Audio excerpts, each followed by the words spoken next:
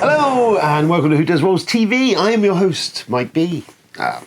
So there was no video last week. I got back from work and I had a 2 weeks off. I was back at work and I really could be fucking arsed, if I'm honest with you. Knackered. And there wasn't really much. I've got most of it here. There wasn't not much changed actually from last week, which I was going to do. But yeah, I was basically playing Hearthstone and got distracted. And I was like, it's a lot of effort to come and do this. You have no understanding. Anyway, so yeah, nothing happened last week. Though the Dungeon Degenerates video went out, which has been very well received. There is there's some more stuff coming up. There's a Twilight Imperium 4 kind of review that's done as well, actually, which I will hopefully go out this week, and some other stuff. Anyway, moving on swiftly from that bare introduction, barely if any introduction really, to what I played. So, over the last week or two, not hot, but Friday night, obviously we were all locked down again, so we can't meet up, which is terrible business, just as well really, because Tony's apparently decided to go and convict COVID? Maybe he should convict COVID. Yeah, he's him and family isolating due to germ-ridden children, so that's nice for him. So anyway, yes, played Not Alone. We had a crack at Not Alone on the Friday night. Not Alone's a good, fun little app. It's free on the phone. You can get it on the phone. You can play it over PC. It's cross-platform. It's essentially a social deduction hidden trait game. It's all right. It's not bad. We had a little play of that. It was fun. I've managed to get the Sunday Night Boys into Hearthstone Battlegrounds, which I'm kind of digging, and they've just totally revamped Hearthstone and put a whole new leveling system. If you've ever played something like Fortnite or any of that sort of stuff, where you've kind of got like a season pass almost, there's big debate online apparently whether you get the value you used to from it. I don't know. I've kind of took the punt of the first week because it looked kind of fun and you get lots of stuff thrown at you, and I'm an easy touch. But yeah, and the dual systems is now live on there. I mean, Hearthstone have been playing since its inception, so I'm kind of engrossed in it, and I know it very well. And I really enjoy Hearthstone. It's just my little thing. Every day, going into a daily or whatever, there's stuff. But Battlegrounds has been added. I mentioned it a couple of weeks ago. It's a nice kind of thing. You don't need to have decks of Hearthstone cards to play it. It's quite entertaining. I am at the moment really on the fence of possibly doing some Twitch streaming on Hearthstone, because I play an awful lot of it and I swear at everyone I'm on there. I think that might be entertaining. So I don't know, I'm kind of halfway through setting that up. I've got a load going on this week. I'm trying to do a job application for something, and I've still got other stuff to edit. I've got loads going on, not enough time. So we'll see. But let's throw something else into the mix to confuse me. So yeah, a bit of Hearthstone. Played some of that. It's quite good if you've not played Hearthstone. It's good. It's Blizzard, I know. The new World of Warcraft's just come out, which I'm not touching. The intervention of Warcraft has worked, and I've not weakened. So that I managed to get a game of Fury of Dracula. So Nomad Games, the guys who are behind the Talisman digital implementation of Talisman. I think that's what the digital version anyway. They've done Fury of Dracula. I quite enjoy Fury of Dracula. I think it's a cracking game. Of you basically either playing as Dracula, bit less work chapel, so it's one versus many, and essentially 4 players play the hunters, trying to find Dracula who runs around a map, sneak around a map, leaving traps and stuff, and one person plays Dracula who could go around and he's essentially trying to kill all the hunters and bring about the end of times and do Dracula-like shit.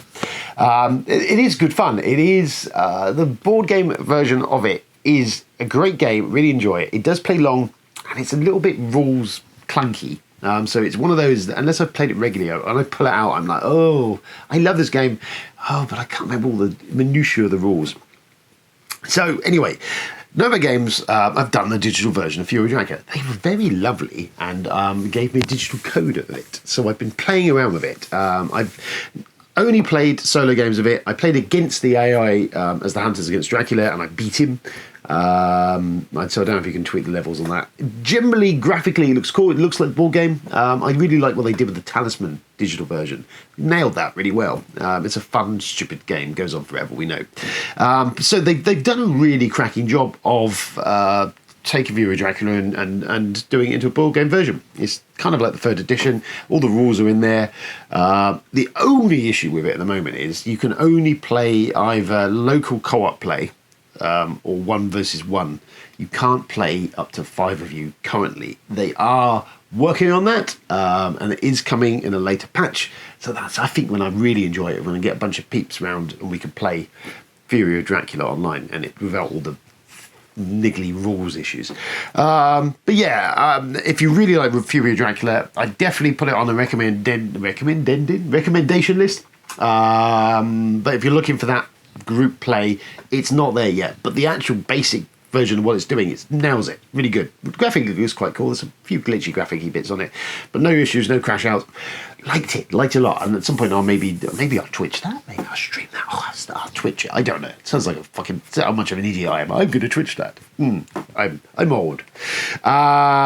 Anyway, Fury Dracula, cracking. Enjoyed that. I had a go at this Back to the Future, Back in Time game, which I got mainly because the wife loves Back to the Future. I thought, it's a board game we can play. Give it a go. It's kind of a co-op game. You essentially trying to rebuild the DeLorean. So it's based on the first film, and it's based specifically on the period of time when they're in the 1950s, and Marty's trying to keep his parents together, stop Biff ruining that, build the DeLorean, go back in time and save the day. Pretty much it. And it nails that really well. Really good theme, really good components, really good graphically thing. I've only played solo games of it, a couple of games. It's simple, but enough meat to it to make it interesting. Some dice rolling, lots of different powers and stuff. Just good stuff. Good. I enjoy it. I think it's very good. It's by the guys OP who did, we've been through this, they did Jaws, and I think they did the Die Hard one. They've done Shining. I think they've done lots of licensed stuff. Again, really nail it. Really nice little thematic touches. Really kind of ties into the movie if you've seen or like the movie. It does a very good job of all of that.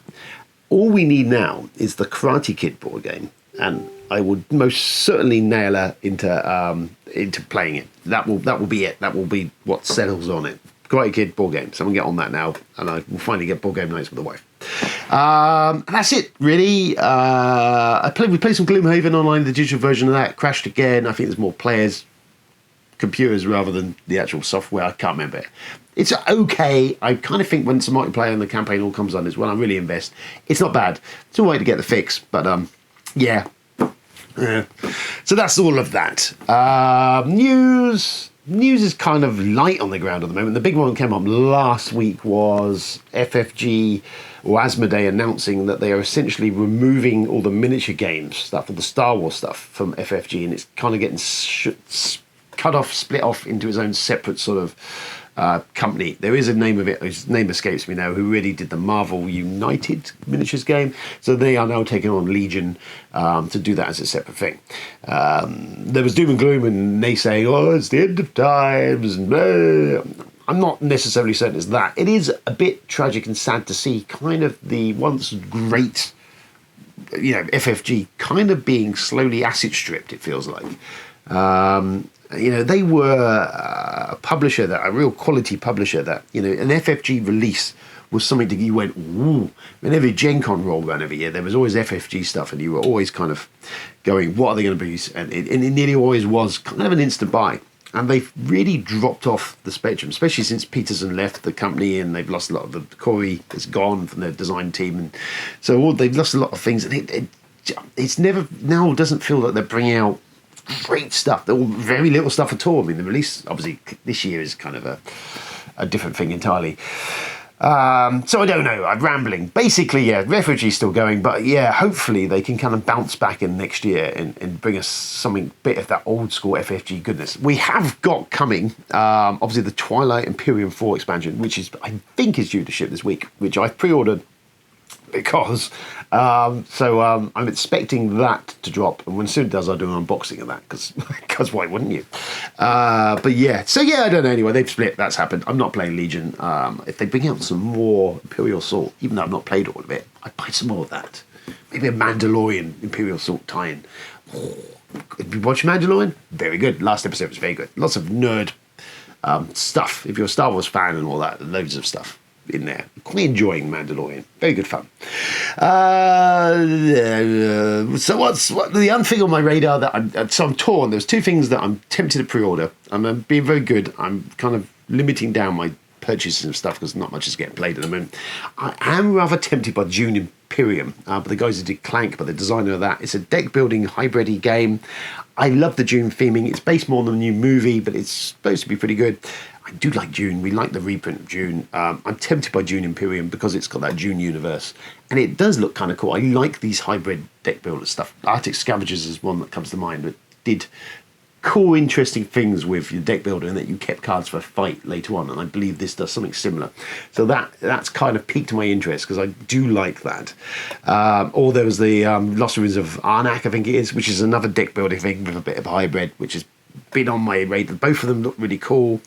I think I might go for Dune because it's slightly cheaper and without all the bling, because you could buy extra bling to add to it. It's like another 40 quid. You can buy all the miniatures to add to it. So I'll buy the base, maybe Imperium, with all the nice wooden bits. If it's really good and the bling is really good, I might invest in that. I might calm myself. We'll see. Anyway, there's that. Other stuff coming up. Cosmos released their 2021 lineup. There's a Crew sequel. I don't know whether it's just a retheme. It's underwater, we know that. That was quite popular this last year or so. That was pretty much it. The rest of it was like... anyway, yes. And then TI4 expansions due hopefully in the next week or so. And that's that. It's getting towards the end of November already. Christ. So I'm probably overdue to do another releases roundup video. Need to fit that in at some point this week. That could be a challenge. Just saying. That may be a bit late because I've got a bit on my plate this week. But it will come out. Yeah, just thinking about that. That's going to be an issue. It's fine. And then there is still this coming.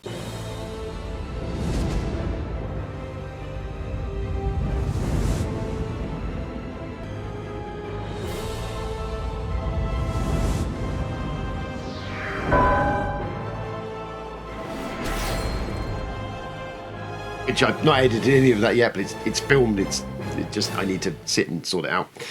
And that's it. So what else I've been doing? In the brief periods of time, I've been working a lot of evenings last couple of nights. So I haven't really had much free time in the evenings. I've been digging my way through The Stand, Stephen King's The Stand, which seems rather a good time reading. Pandemic, basically the idea of The Stand, if you've never read it, it's King's novel from, I think it was either late 70s, early 80s he put this out. 79 it says here. So yeah, this is, I think, is a revised version where they've added some bits more back in and tweaks a bit. Essentially, it's a pandemic, a man-made virus gets loose, kills a lot of people. The survivors kind of split into two camps. You've got the good guys and you've kind of got the bad guys. A bit biblical sort of stuff. There was a TV adaptation in the...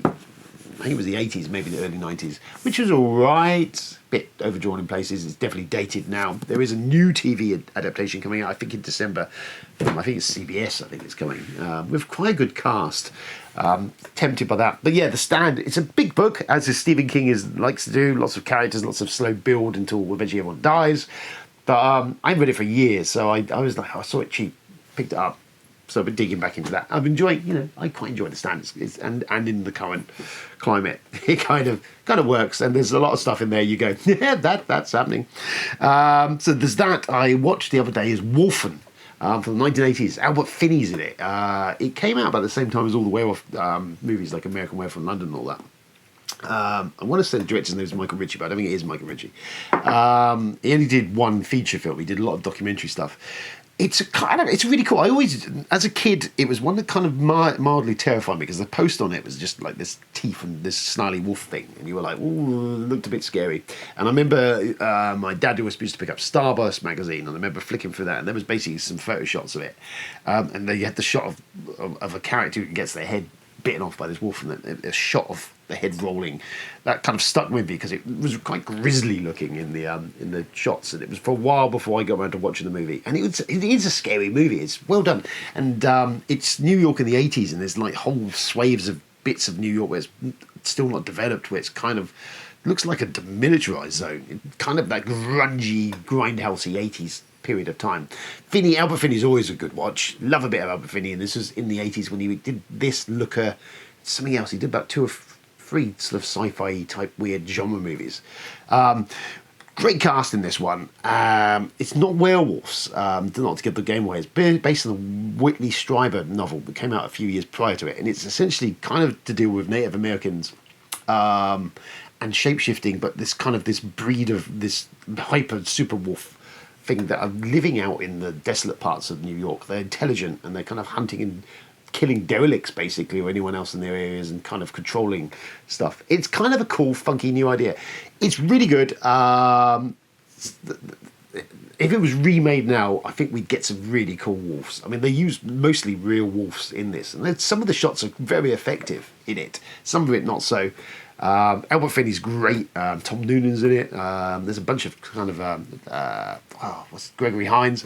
There's a really good kind of genre cast in it. Got that 80s New York grunge aesthetic, kind of bloodthirsty in places. It's got this kind of documentary shot feel to it, because the filmmaker is a documentary filmmaker. An old James Horner score, very much Aliens-y. It's good. It's a really good thing. And I hadn't seen it for ages and saw it was on. I picked it up on Prime cheap. I was going to pick myself a Blu-ray, but it's really expensive, so I bought it on Prime for, I think it was a $5 or something. And it was really good to revisit it, and really enjoyed it. I love a werewolf movie anyway. This isn't technically werewolves, but it's still got it. Flaky effects aside, some quite well written bits and scenes. Albert Finney is great, as I say, and it's quite effective. Still, some moments of it are quite effective. I was watching it very late at night, and I got the willies a few times. Wolfen, if you've never seen it, great stuff. I really enjoyed that. That's it. I need to sit down and watch the new season of The Crown. I've only watched one episode, but I don't know why. I'm not a big fan for the Royals. I don't know why, but The Crown is something I'm kind of addicted to. It's absolute bobbins, I think, most of it, but it works in like a dramatisation of this completely fucked up family. You've never watched it as a historical document of England. It does do a very good job of tracking through the decades and the prime ministers, and there's a lot more going on than just the royals. It's more to do with the general environment around them, what's going on, as well as their interactions. It's actually surprisingly good. And that's it, really. Yes, so coming up, we've got releases roundup from when I get that filmed. That might be tricky, but I'll try and do that. There's the top 50s coming. There's a Twilight Imperium 4 kind of review, which I might put up this week with this video. And there's other stuff. So there's stuff going on, and I might start twitching, literally. Yeah, there we go. That's us for this week, I think. There's nothing else terribly exciting to report, I don't think. I Kickstarter, there was nothing blowing me away when I last looked. And nothing subsequent has come to my radar, so I'm guessing there's nothing on there. If there's something on there, let me know. Yeah, that's it. Thanks for tuning in. Sorry about last week. I'm lazy. I will be back possibly this week with releases roundup. Hopefully I need to do that. And some other stuff. Yes, will be happening. Jolly good. Look after yourselves. Have a lovely week. We're nearly out of Lockdown 2, Electric Boogaloo. We'll be moving swiftly into Lockdown 3, the revenge of the COVID, which will be exciting. And Christmas is on the doorstep. Good gracious me, how exciting. Until next week, adieu and goodbye and farewell and all that stuff. I need to take the dog to the vets now. It's fine. A little bit of a rash. Nasty business. And Isaac got bit by another child. Shocking development. Anyway, he's fine. See you soon. Adios. Goodbye.